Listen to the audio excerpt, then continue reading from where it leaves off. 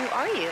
My name is Steven Brundage. What are you doing for us today with those bags? I am going to do Rubik's Cube magic today. Rubik's Cube magic. The act that I do, I'm the only person in the world that actually does it. Yeah. I can't wait to see it. Awesome. Can I step down towards you? Why not? Awesome.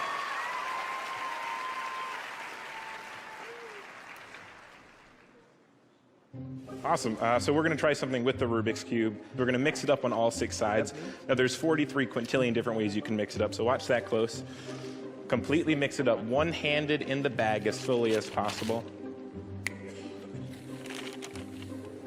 Back to solve. I think you have a guess on how I do that, right? Some people guess there's a second cube in the bag. I will prove the bag is empty. Look, I'll check. Completely empty. Completely empty. Can I look in it? Absolutely. Very good.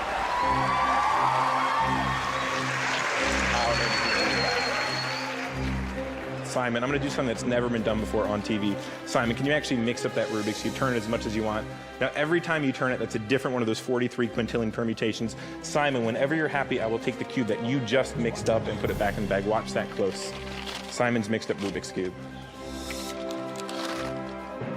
Well, that's incredible. That would be an amazing trick if there was not a second Rubik's Cube in the bag. But that's not the trick. I'm making sure you're still paying attention. Simon, can you actually cover it up on all 6 sides? Cover it up? Perfect, like that. Yeah. Now, when you think of a solved Rubik's Cube, what do you actually picture? Solids. Colors, right? What if I told you that I found a different solution to the Rubik's Cube? Watch close.